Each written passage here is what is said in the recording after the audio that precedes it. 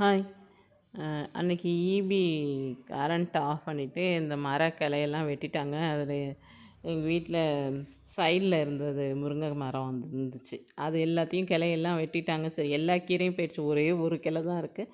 சரி, இப்போதைக்கு கீரையும் நமக்கு கிடையாது. ஆனால் கீரைலாம் நல்லா துளிராக இருந்துச்சு. சரி, இதை வேஸ்ட் பண்ண வேணாம்னு சொல்லிட்டு எல்லாத்தையும் பூச்சி பார்த்து அந்த பழுப்பு கீரையாக இருக்கும்ல, அதெல்லாம் சேர்க்கக்கூடாதுன்னு சொல்லுவாங்க. அதனால் அதெல்லாம் எடுத்துட்டு எல்லாத்தையும் பூச்சிலாம் இல்லாமல் பார்த்து எடுத்துட்டு அந்த ஒரு காட்டன் புடவையில அப்படியே போட்டு வச்சாச்சுங்க. போட்டு அதை சுற்றி மூடி வச்சிட்டோம்னா காலையில் எடுத்து கொட்டிடும். அப்படியே காம்பெல்லாம் எடுத்துடலாம். சரின்னு சொல்லிவிட்டு அதுமாரி போட்டு எல்லாத்தையும் ஒவ்வொரு இனுக்கு சொல்லுவாங்க இல்லையா, அது மாதிரி எடுத்து எல்லாத்தையும் பூச்சி பார்த்துட்டு அதில் வச்சாச்சு. பரப்புன மாதிரி வைக்கணும், உள்ள முட்டாக வைக்காமல் கொஞ்சம் பரப்புன மாதிரி வச்சுட்டு அதில் புடவை போட்டு மூடி வச்சுட்டேங்க.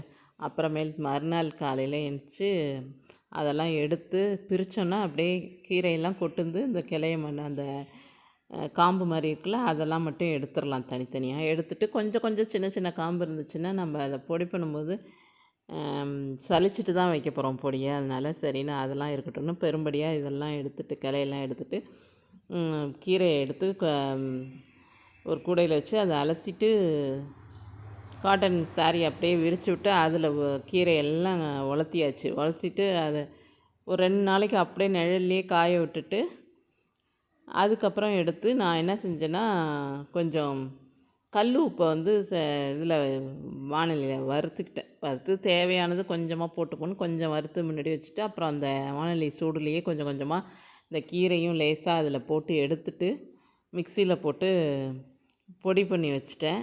சரி, வேணால் மோரில் போட்டு குடிக்கலாம், இல்லை தோசை மாவுலேயே கூட தோசையில் ஊற்றி கலந்துக்கலாம், சாம்பாரில் கூட ஒரு ஸ்பூன் போடலாம் அப்படின்னு சொல்லிட்டு கீரையை வேஸ்ட் பண்ண வேண்டாமேன்னு எடுத்து வச்சுருக்கேன். நமக்கும் கீரை கிடைக்கிறதுக்கு 1 மாதத்துக்கு மேலே ஆகும். சரின்னு அது மாதிரி பொடி பண்ணி வச்சுருக்கேன். பிடிச்சிருந்தால் லைக் பண்ணுங்கள், ஷேர் பண்ணுங்கள். மாம்ஸ் டைரி சேனலை சப்ஸ்கிரைப் பண்ணுங்கள். தேங்க்யூ.